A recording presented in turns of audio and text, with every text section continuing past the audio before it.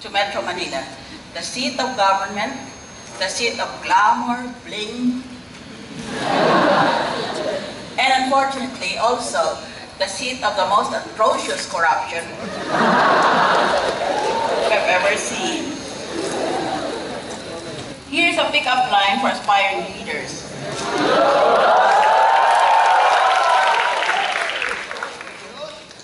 Can I follow you home? Because my parents always told me to follow my dreams. World-class leaders have skills and knowledge which set them apart from others, even those who are considered as good leaders. This level of achievement is the result of hard work, experience, and learning. You are not born a leader. You have to make yourself one. And this can only be the result of, to repeat, hard work, experience, and learning. Kaya ganyan ang kongreso natin dahil yung mga kasapi doon, hindi nila alam ang hard work, experience, and learning. Any person who is educable, that's a problem. Many members of Congress are non-educable. Yun ang palaging natanong ng publiko ngayon. Sinong dapat ihalal natin sa 2016? Anong klaseng leader ang kailangan? There is no correct answer to that question. The best answer we can give is that we should have a president. He or she will eventually turn out to be possibly the best president of our country if he knows how to adjust his leadership to the situation where we find ourselves. Halimbawa, nakita na natin, lahat pala itong mga senador at mga congressman, puro gago ito, nakaw ng pera ng gobyerno. Pagkatapos, pag sinumbong sila, galit pa sila. So dapat sa situational leadership na yan, dapat ang presidente, puntahan niya sila isa-isa, lalo na itong mga senador, at amunin na lang niya ng suntukan. Hindi ba kuha sa pakiusap eh? To serve and add value to others. Sa ngayon, hindi naman tumatakbo ang mga kandidato para makapagsilbi sila sa publiko, kung hindi para makapagnakaw sila.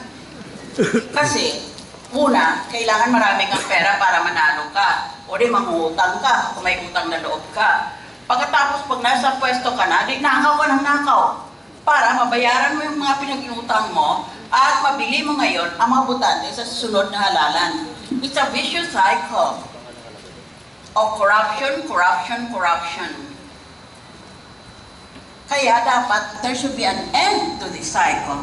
And that end can only start with you. Kung ayaw nyo, hindi palagi na lang corrupt ang sistema natin. Kailangan kayo ang maging leader. Kasi wala nang pag-asa itong mga matatanda na ito, itong mga sensei, mga pogi.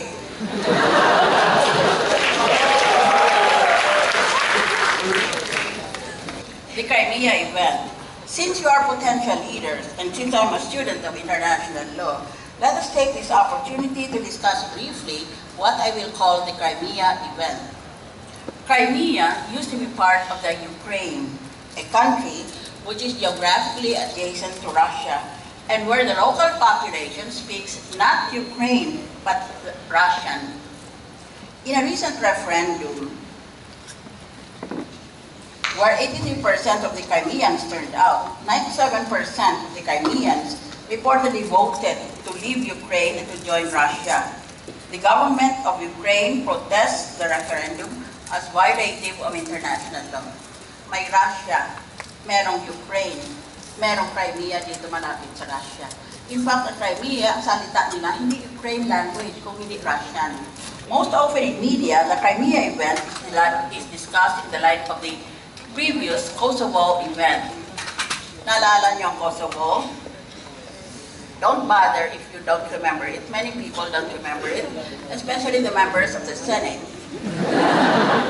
Because they're suffering from dementia. Matatanda na kasi eh.